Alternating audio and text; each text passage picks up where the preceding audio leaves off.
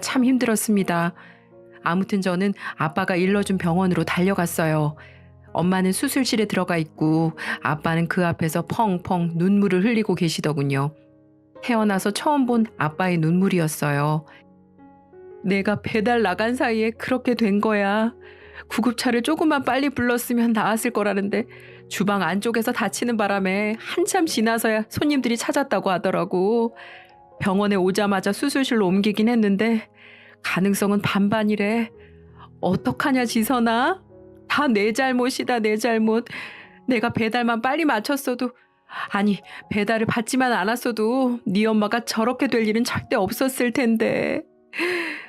아빠는 저를 붙잡고 우시며 내내 미안하다고 하셨어요.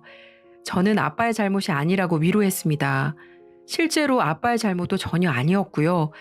저와 아빠는 수술실 앞에서 밤새도록 기도했습니다. 세상 모든 것을 앗아가도 좋으니 제발 엄마만 살려달라고 빌었죠. 하지만 신은 존재하지 않았고 엄마는 그대로 돌아가셨어요. 장례를 치르는 동안 아빠는 참 많이도 우셨어요. 저도 너무나 슬펐지만 오히려 아빠를 위로하느라 바빴죠. 평소 워낙 애처가셨기에 슬픔이 더 크셨을 겁니다.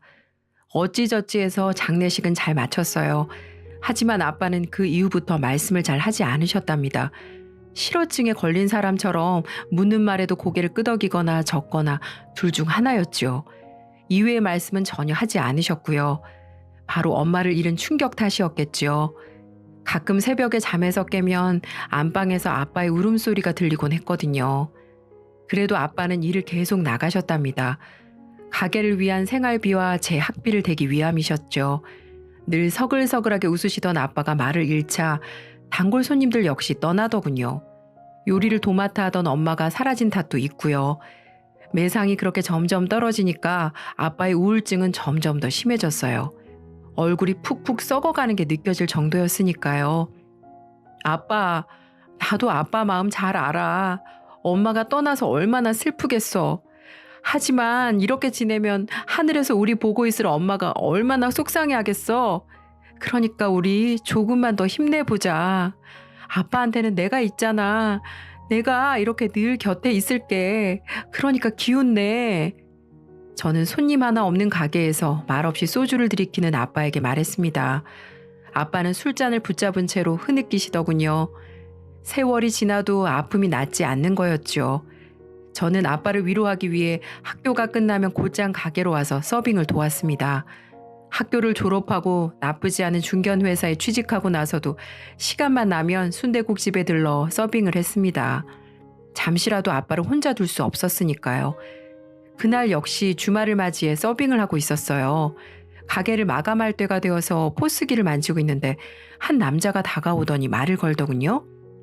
저 실례지만 잠깐만 대화 좀 할 수 있을까요? 손님, 무슨 일 때문에 그러세요? 그게 사실 아까부터 지켜봤는데 너무 미인이셔서요. 혹시 남자친구 없으시다면 커피 한 잔 할 수 있을까요? 남자는 조금 수줍은 표정을 지으며 제게 물었어요. 잠시 고민하던 저는 일단 명함 한 장 달라고 했죠. 여자인 제 번호를 드릴 수는 없으니까요.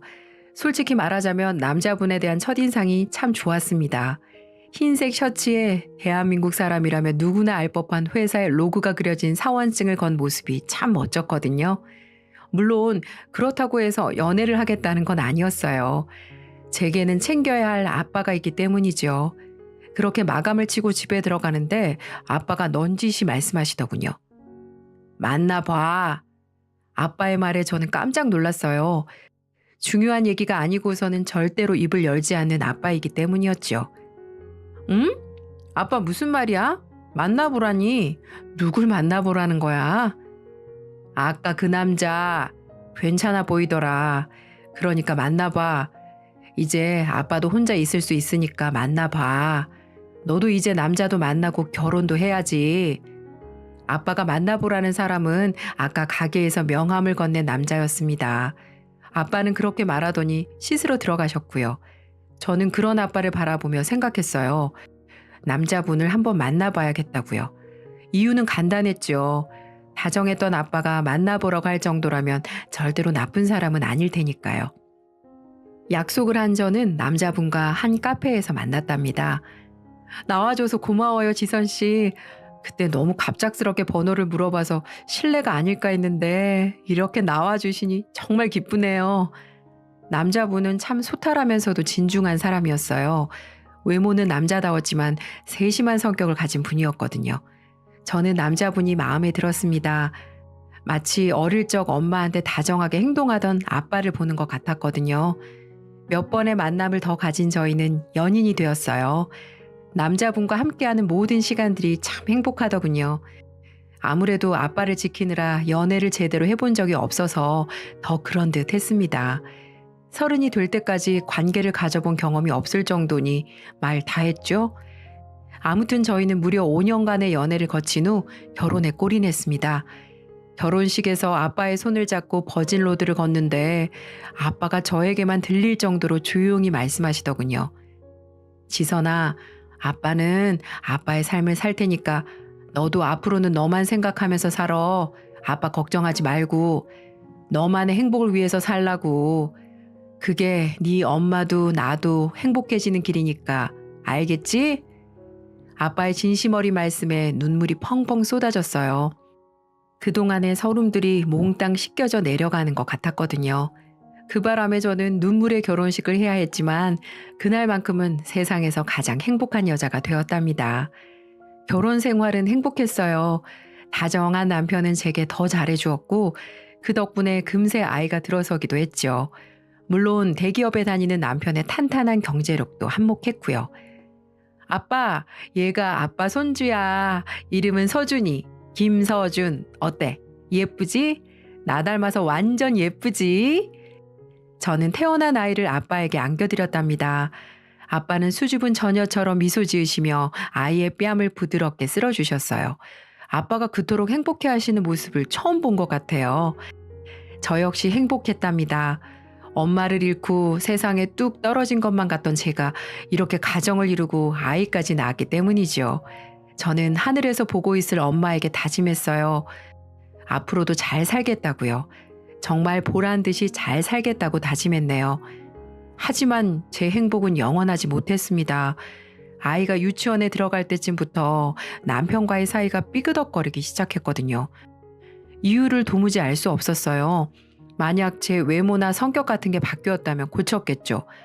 하지만 저는 남편에게 예뻐 보이기 위해 외모를 철저히 관리해왔고 결혼 후 퇴직한 다음에도 남편의 내조에 신경 써왔기에 문제될 게 전혀 없었거든요. 저는 대체 왜 남편이 이렇게 된 건지에 대해 고민했네요. 하지만 아무리 끙끙 앓아도 답이 나오지 않았어요. 그러던 도중 저는 아는 언니에게 전화를 걸었습니다. 언니는 제 목소리를 듣자마자 고민이 있다는 걸 알아채더군요. 그래서 저는 사실대로 말했고요. 요즘 남편과 관계가 예전 같지가 않아. 내가 살이나 쪘으면 모르겠는데 언니도 알잖아. 나 서준이 낳고도 관리 열심히 한 거.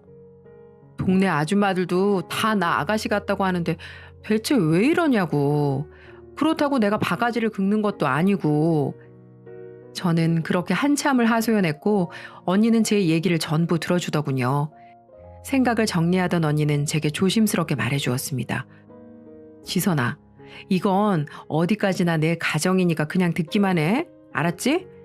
언니가 연애 상담하다 보면 너랑 정말 비슷한 사례들을 많이 접하거든?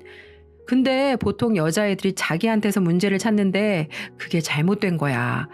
사실 이유 없이 남친이나 남편이 예전 같지 않은 건 대개 남자 쪽에 문제가 생겼을 경우가 많아. 잘 생각해봐. 혹시 너희 남편 예전이랑 달라진 점 있지 않니?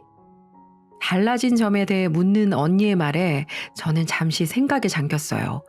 그 순간 머릿속에 한 가지 단서가 스쳐가더군요.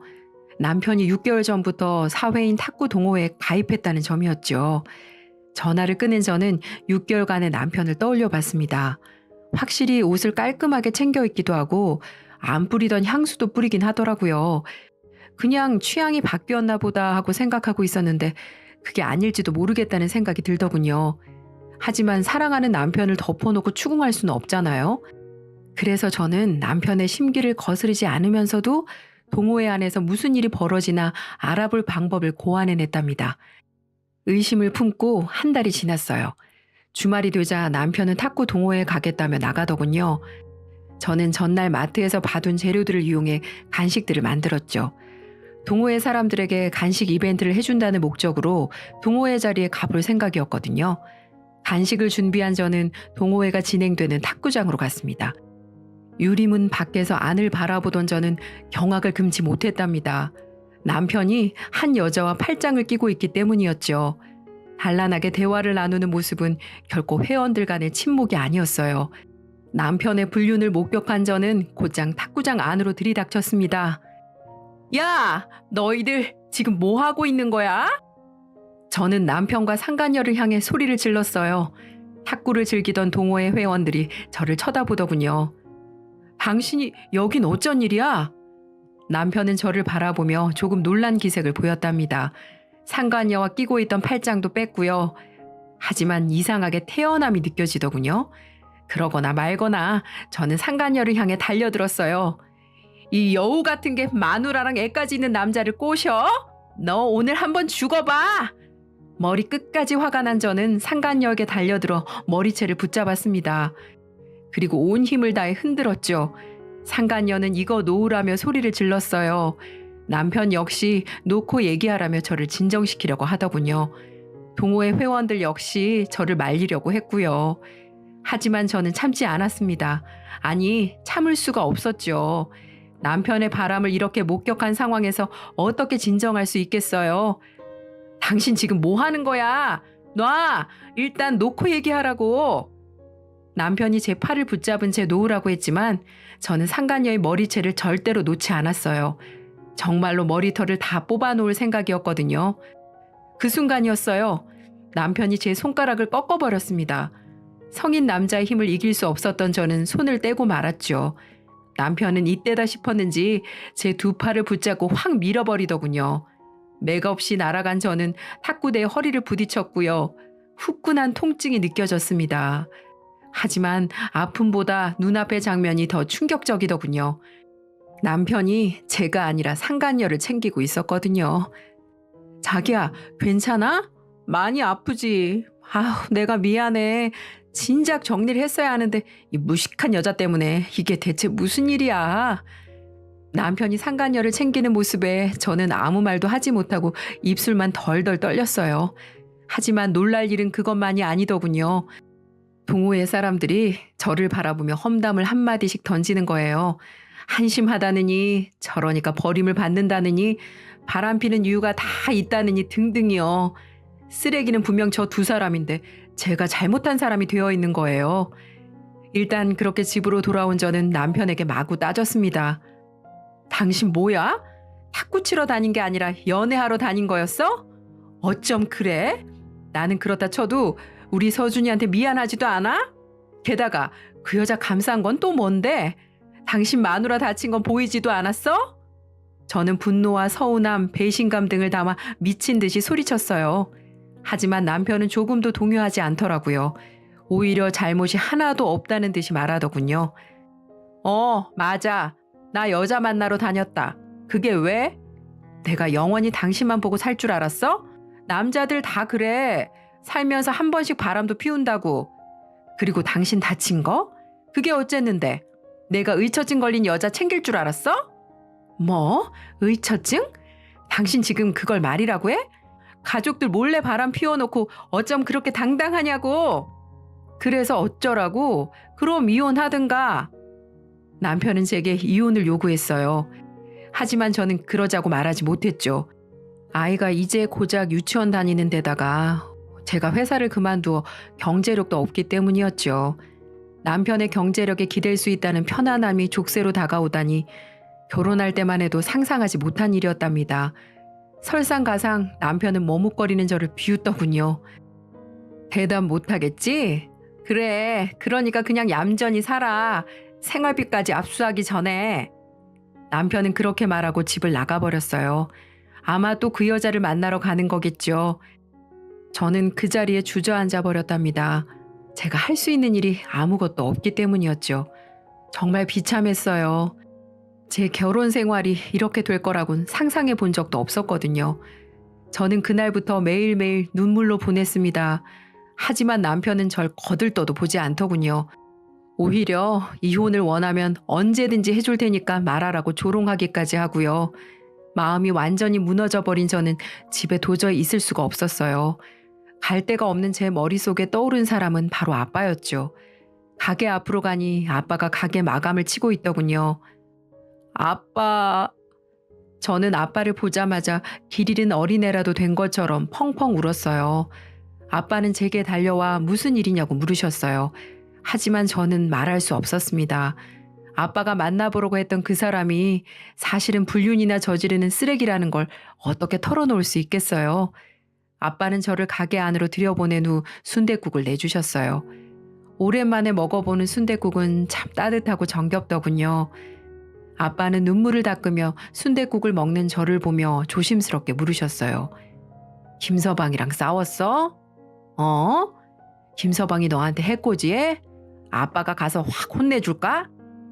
딸바보였던 아빠는 마흔이 된 딸에게도 다정하게 대해주셨어요. 그리고 당장이라도 일어나 남편에게 달려갈 기세였고요. 아니야, 아빠. 그냥 살다 보니까 힘든 일이 있어서 그랬어. 그러니까 걱정하지 않아도 돼. 아빠 딸 행복하게 살 거야. 저는 어떻게든 눈물을 훔치며 말했어요. 아빠는 계속해서 절 위로하시더군요. 그런데 참 이상한 게 마음껏 울고 나니까 어쩐지 마음이 개운해지더군요. 개운하니 정리가 되었고요. 냉정해진 저는 결심했습니다. 남편과 상간녀에게 복수를 하기로요. 복수를 결심한 저는 녹음기 하나를 샀습니다. 24시간 내내 녹음이 가능한 기계였어요. 저는 그것을 옷 안쪽에 숨긴 채 모든 소리들을 녹음했답니다. 남편은 그것도 모르고 저에게 매일같이 폭언을 하더군요. 요즘은 왜 그렇게 잠잠해? 전에는 나를 죽일 듯이 달려들더니 남편이 바람을 피우든가 말든가 다 포기하고 살기로 했어? 열받으면 말해. 언제든지 이혼해 줄 테니까. 제 자존심을 벅벅 긁는 말에도 불구하고 저는 묵묵히 견뎠어요. 이 모진 시간들이 결국 제게 승리를 가져다 줄 거라고 생각했기 때문이죠. 제 복수는 상간녀에게도 향했습니다. 일단 저는 상간녀의 정보를 알아내야 했어요. 상간녀의 정보를 알아내는 건 어렵지 않더라고요. 탁구 동호회는 카페를 운영했고 거기에는 상간녀의 사진과 자기소개가 고스란히 나와 있었거든요. 그 여자의 이름은 윤선화고 중학교 선생님이었어요. 학생들을 가르친다는 여자가 유부남과 놀아나다니 정말 어이가 없더군요. 남편의 더러운 짓거리는 계속되었어요. 그 사람은 저를 일부러 괴롭히기라도 하듯 저희가 사는 아파트 앞까지 손을 잡고 와서 헤어지더군요. 손발이 벌벌 떨렸지만 저는 복수를 위해 꾹 참았어요. 그리고 카메라로 그 모든 장면들을 찍어두었답니다. 저는 기나긴 인내의 세월을 보냈어요. 그리고 마침내 때가 왔어요. 복수의 때가 왔죠.